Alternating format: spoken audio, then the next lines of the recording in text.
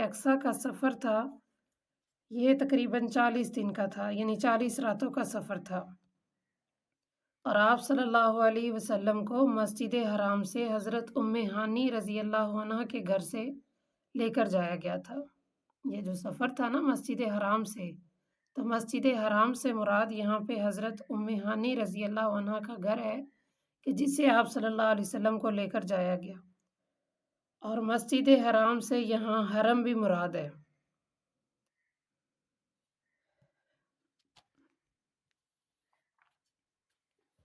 آ رہی سمجھ کے نہیں؟ یہ خاص بندہ ہے، سبحانہ کہہ کر اللہ تعالیٰ نے اپنی پاکی بیان فرما دی۔ پھر آپ صلی اللہ علیہ وسلم یہاں پر مراد ہے جو خاص بندہ ہے جن کو لے کر جایا گیا، تو مسجد حرام سے مسجد اقصی کی طرف لے جایا گیا۔ تو مسجد حرام سے ایک قول کے مطابق یہ کہ حضرت ام ہانی رضی اللہ عنہ کا گھر ہے کہ جہاں سے آپ صلی اللہ علیہ وسلم کو لے جایا گیا۔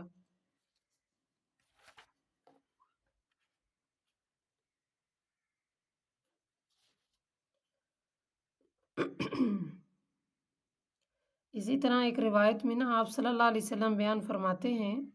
کہ میں بیت اللہ کے پاس مقام ہجر میں سونے اور جاگنے کے درمیان حالت میں تھا جب جبرائیل علیہ السلام میرے پاس آئے اور مجھے آسمانوں پر لے گئے۔ یعنی آپ صلی اللہ علیہ وسلم اپنا واقعہ بیان فرما رہے ہیں کہ میں بیت اللہ کے پاس تھا مقام ہجر میں سونے اور جاگنے کی حالت میں، جسے کہتے ہیں نا غنودگی، نہ بندہ سویا ہے نہ جاگ رہا، اس حالت میں تھا کہ جبرائیل علیہ السلام میرے پاس آئے اور مجھے آسمانوں پر لے جایا گیا۔ یہ یعنی جو وقت تھا بیت المقدس سے شروع ہوا۔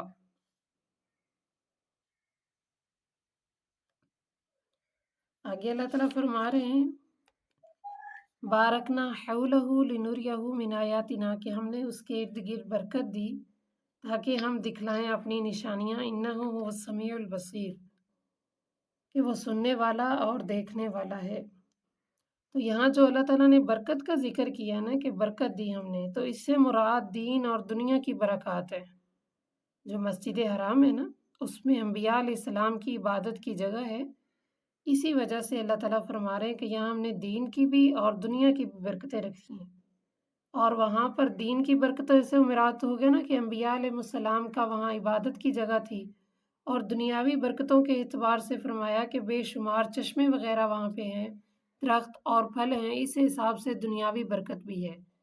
کہ ہم نے دین اور دنیا دونوں کی برکت وہاں رکھ دی۔ آ رہی سمجھ؟ جی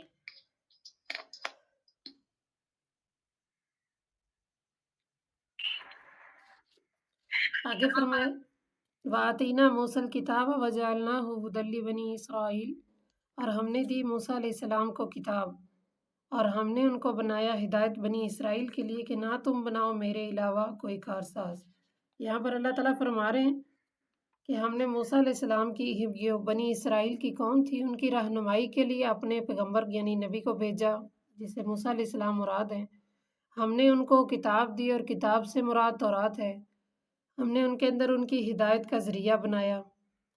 اور ان کو یہ جو ہے نا صاف طور پر کہلوایا کہ اللہ تتخذوا من دونی وکیلا، کہ کسی قسم کا شبہ باقی نہ رہے کہ ہمیں صحیح طرح تعلیم اور تربیت نہیں دی گئی، ہمیں بتایا نہیں گیا۔ تو اللہ تعالیٰ فرما رہے ہیں کہ نہ تم بناؤ میرے علاوہ کوئی کارساز۔ تو یہاں کارساز سے مراد کیسا مطلب رب مراد ہوگا؟ تو اللہ تعالیٰ نے بیان فرمایا کہ کارساز سے رب یعنی وکیل کا معنی ایسا رب ہوتا ہے کہ جس کے حوالے انسان اپنے سارے کام کر دے، یعنی وکیل سے مراد ایسا ہوتا ہے رب جس کے حوالے انسان اپنے سارے کاموں کو کر دے۔ تو یہاں پر اللہ تعالیٰ کا بھی فرمانے کا یہی مطلب تھا کہ تم مجھے اپنا رب مانو اور میرے حوالے سارے کام کر دو، میرے علاوہ کسی کو بھی اپنا رب نہ مانو، یعنی بتوں کی پوجا نہ کرو۔ اور پھر آگے اللہ تعالیٰ مخاطب کر کے فرما رہے ذریۃ من حملنا مع نوح، اے نوح علیہ السلام کی اولاد، انہ کان عبدا شکورا، کہ بے شک وہ بندہ تھا شکر کرنے والا۔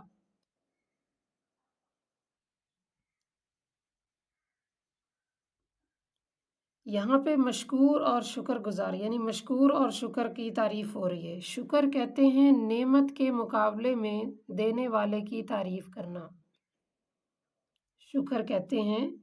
نعمت کے مقابلے میں دینے والے کی تعریف کرنا۔ تو ایک روایت کے اندر ہے کہ جب بھی وہ کوئی چیز کھاتے، یعنی نوح علیہ السلام جب بھی کچھ کھاتے پیتے تھے تو الحمدللہ کہتے تھے، یہی ان کی اولاد کی صفت تھی۔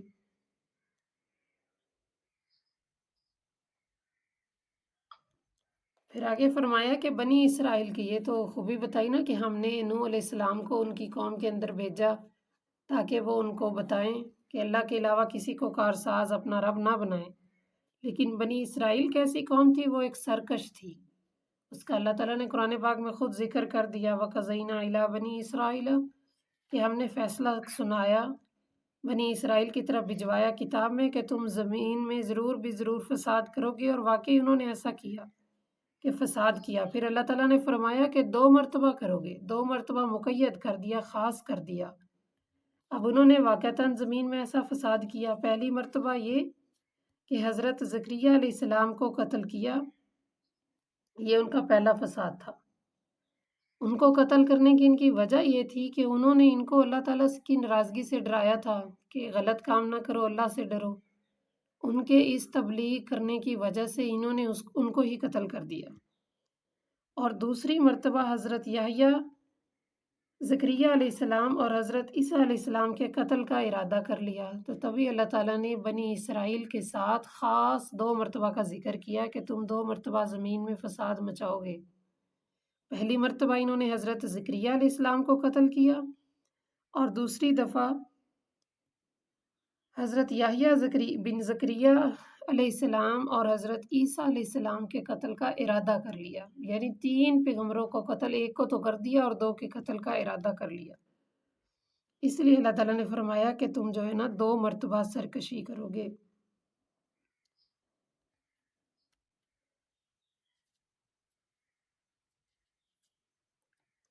آگے فرمایا فَإِذَا جَاءَ وَعْدُ أُولَاهُمَا،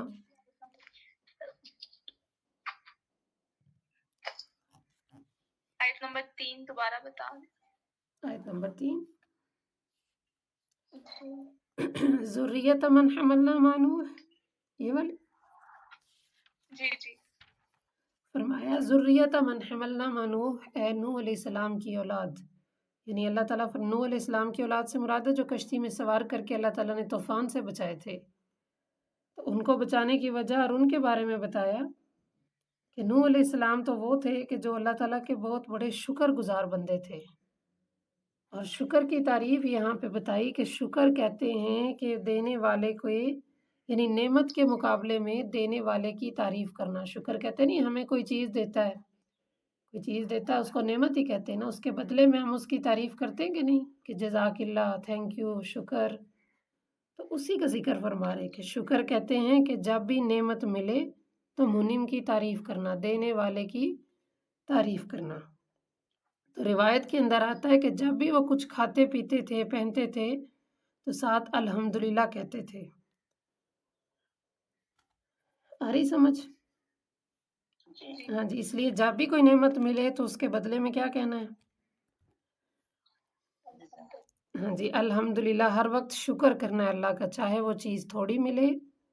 یا وہ زیادہ ملے، کیونکہ اللہ کو شکر گزاری زیادہ پسند ہے، تبھی تو یہ انبیاء کی صفت ہے اور اللہ تعالیٰ نے اس کو قرآن پاک میں ذکر کیا ہے۔ آگے سمجھ؟ جی چلیں آگے ساتھ ترجمہ بھی پڑھ لیں۔ بسم اللہ الرحمن، آگے ترجمہ بھی پڑھ لیں ساتھ تھوڑا سا، کل آگے 2 چھٹیاں ہیں تو پھر یاد کر لیں۔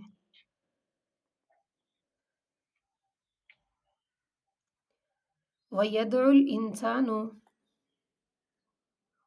اور دعا مانگتا ہے انسان، بالشر، برائی کی، دعاءہ، اپنے لیے دعا، بالخیر، جیسے خیر کی مانگتا ہے، اور انسان اپنے لیے برائی کی دعا ایسے مانگتا ہے جیسے اپنے لیے خیر کی دعا مانگتا ہے۔ وَكَانَ الْإِنسَانُ عَجُولًا، اور انسان جلد باز ہے، یعنی جلدی کرنے والا۔ انسان برائی اور اچھائی دونوں کو ہی جلدی طلب کر لیتا ہے۔ آگے سمجھ وَيَدْعُ الْإِنسَانُ بِالشَّرِّ اور دعا مانگتا ہے انسان برائی کے لیے دعاہو جیسے وہ اپنے لیے دعا مانگتا ہے بالخیری خیر کی یعنی بھلائی کی وَكَانَ الْإِنسَانُ عَجُولًا اور انسان ہے جلد باز یا جلدی کرنے والا وَجَعَلْنَا اللَّيْلَ اور ہم نے بنایا رات کو وَالنَّهَارَ اور دن کو آیتین دو نشانیاں فَمَحَوْنَا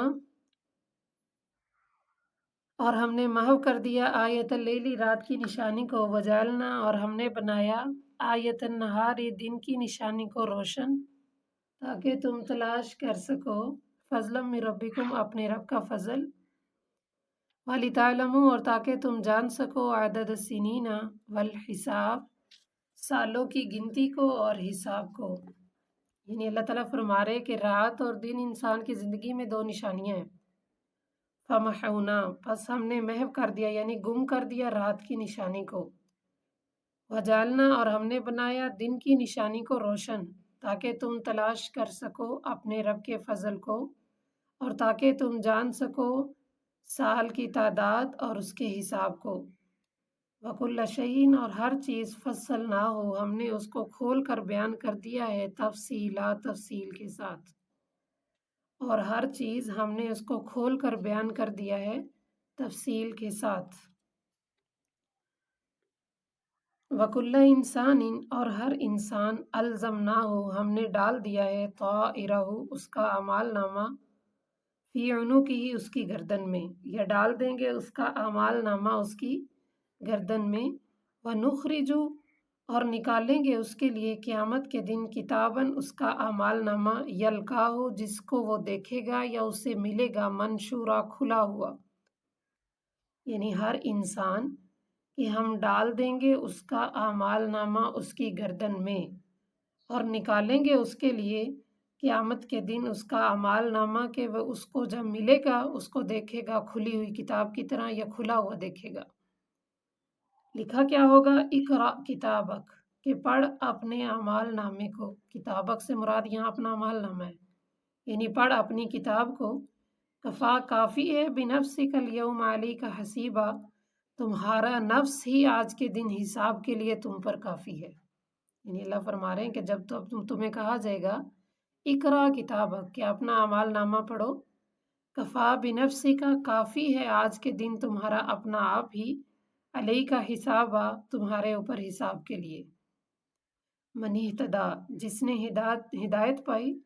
فَإِنَّمَا يَهْتَدِي لِنَفْسِهِ پس بے شک وہ ہدایت پائے گا اپنے ہی نفس کے لیے وَمَنْ ضَلَّ اور جو گمراہ ہوا فَإِنَّمَا پس بے شک يَضِلُّ وہ گمراہ ہوا علیہا اپنے آپ کے لیے یعنی اپنے نفس کے لیے جس نے تو ہدایت پائی تو اس نے بھی ہدایت پائی اپنے نفس کے لیے اور جو گمراہ ہوا پس بے شک وہ گمراہ بھی کیا ہوا یعنی اس کی گمراہی کا اثر بھی اسی پر ہے اپنے لیے وَلَا تَزِرُ اور نہیں کوئی بوجھ اٹھائے گا وازرتن بوجھ اٹھانے والا وزر اخرى دوسرے کا بوجھ اور نہیں کوئی بوجھ اٹھائے گا بوجھ اٹھانے والا کسی دوسرے کا بوجھ جی